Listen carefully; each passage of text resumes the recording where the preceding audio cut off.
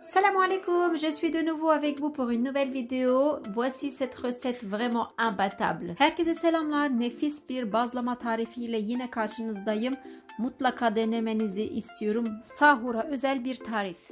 Je fais pour vous aujourd'hui des bazlama pain turc farcis au fromage. Yumuşak dokusuyla, içindeki akışkan peynirle, yani bu tarifi yapmamak gerçekten yazık olur.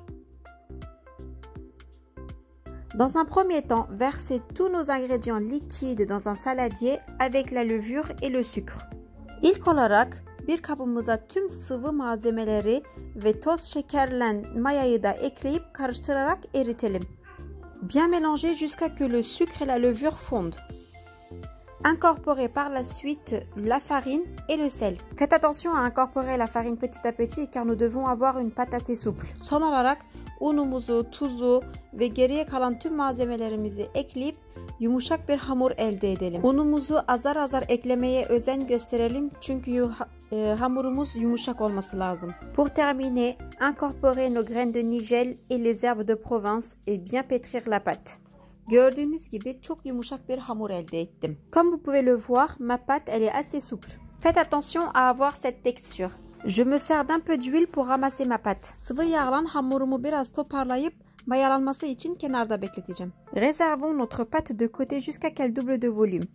Pendant ce temps, préparons notre farce avec de la mozzarella et du fromage. Bu arada peynirlerimizi rendeleyerek iç harcımızı hazırlayalım. Si vous le souhaitez, vous pouvez très bien ajouter du persil ou de la coriandre. Arzuya göre biraz maydanoz veya kişniş de ekleyebilirsiniz. Une fois que notre pâte a bien doublé de volume, nous allons les répartir en parties égaux. Hamurumuzdan eşit bezeler elde edelim. Mais tout d'abord, il est important de bien dégazer la pâte. Bezelemeden önce hamurumuzun gazını alalım.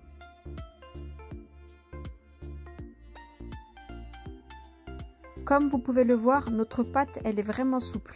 Gördüğünüz gibi hamurumuz çok güzel yumuşak. N'hésitez pas à fariner vos mains pour éviter que la pâte colle. Hamurumuz elimize yapışmaması için unlamayı ihmal etmeyin. Tepsimi güzel unladıktan sonra hamurumu eşit bezelere ayırıp toplamda 12 tane eşit beze elde ettim. Une fois avoir bien fariné mon plateau, j'ai réparti ma pâte et obtenu 12 boules. Je les recouvre et laisse reposer 10 minutes. Üstünü örtüp 10 dakika bekletelim.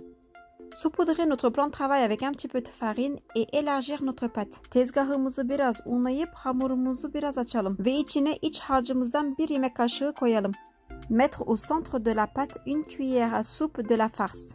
Ramassez la pâte et faites attention de bien coller les extrémités. Hamurumuzu tekrar birleştirerek yapıştıralım. Tekrar beze haline getirip merdane yardımıyla fazla ince olmayacak şekilde açalım.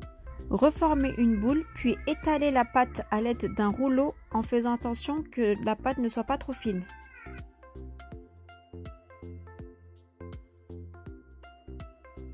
Étalez nos pâtes ainsi jusqu'à épuisement en les réservant de côté entre un torchon. Hamurumuz bitene kadar bu şekilde açıp kenarda sofra bezi arasında bekletelim.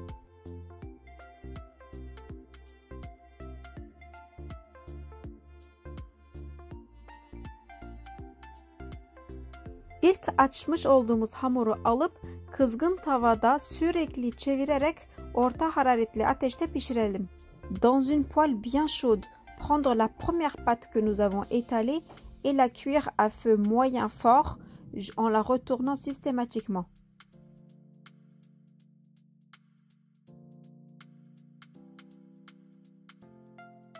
Avec une belle cuisson, vous obtiendrez un beau ballon. Güzel pişen bazlamalarımız aynı top gibi.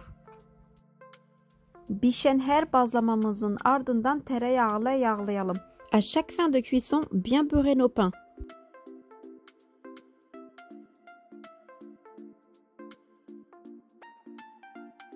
Si vous appréciez mes recettes, veuillez cliquer sur le pouce bleu et n'oubliez pas de vous abonner à ma chaîne pour de nouvelles vidéos.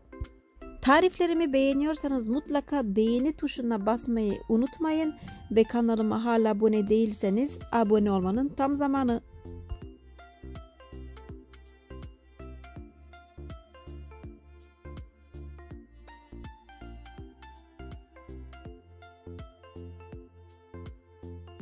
Je souhaite un bon Ramadan à tous ceux qui le font.